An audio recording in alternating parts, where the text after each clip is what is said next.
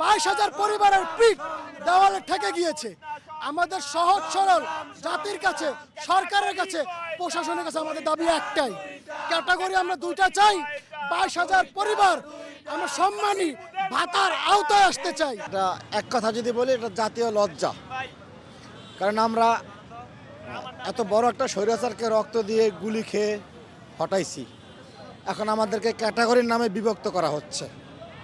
আমার পায়ে এখনো গুলি আছে, হাড্ডি গুরু করে হয়ে গেছে। এরকম অসংখ্য ভাইরা আছে যাদেরকে সি ক্যাটাগরি দিয়ে রাখছে।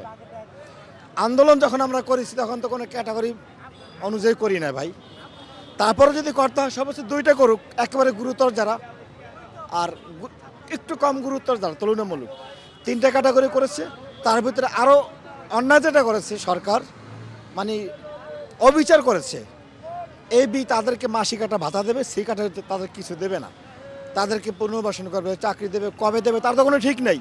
আর চাকরি করার মতো তো শরীর নেই অনেকের, সম্ভব না। এই যে ভাইয়ের হাতের অবস্থা, আমাদের পায়ের অবস্থা, আমরা তো চাকরি করতে পারবো না। সেই অনেকের বয়সও নাই, শরীরও নাই।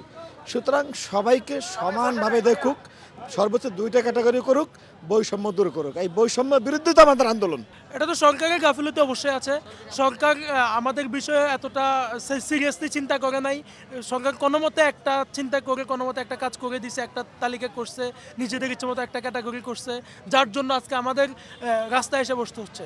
উচিত ছিল সরকার আমাদের ঘরে যায় আমাদের সেবাটা পৌঁছানো, যার জন্য রাষ্ট্রটা জঞ্জালমুক্ত হইলো। যে রাষ্ট্রটাকে পুরো পৃথিবীর বোঝা হয়ে যাচ্ছিল বাংলাদেশ, সে বোঝা থেকে আমরা পরিষ্কার করলাম, সে রাষ্ট্র এখন আমাদেরকে বোঝা মনে করতেছে। আমাদেরকে বারবার আশ্বাস দেওয়া হচ্ছে। আমরা চাই রাজপথে বসেই সরকার প্রতিনিধি কেউ আসবে, এসে আমাদেরকে লিখিত দিবে যে আমরা আপনাদের দাবিগুলো মেনে নিয়েছি, প্লাস হচ্ছে একটা প্রেস ব্রিফিং দিবে। তারা বলবে যে কবে থেকে কাজ শুরু করা হবে, তারপর আমরা এখান থেকে উঠব। আমরা আমরণ কর্মসূচিতে আছি। আমরা এইখান থেকে দাবি আদায় হওয়ার আগ পর্যন্ত এখান থেকে কেউ উঠবো না। আমাদের বিভিন্ন জেলা থেকে এখন পর্যন্ত অনেকেই আছে, রাস্তায় আছে, তারা আমাদের সাথে যুক্ত হওয়ার জন্য আসছে। আমাদের 22,000 আহত যারা আছে সবাই এখানে যুক্ত হবে, যাদের যতটুকু সম্ভব তারা সবাই এখানে যুক্ত হবে। আহতদের পরিবার যারা আছে তারাও এখানে যুক্ত হবে। আমরা বিশ্বাস রাখি যেহেতু আমাদের দাবিগুলো যৌক্তিক, তারা খুব শীঘ্রই সেটা মেনে নিয়ে আমাদেরকে লিখিত দিবে, পাশাপাশি সেটা প্রেস ব্রিফিংয়ের মাধ্যমে তারা এটা ক্লিয়ার করে দিবে যে কবে থেকে কাজ শুরু করবে। আমাদের চাওয়া এইটুকুই।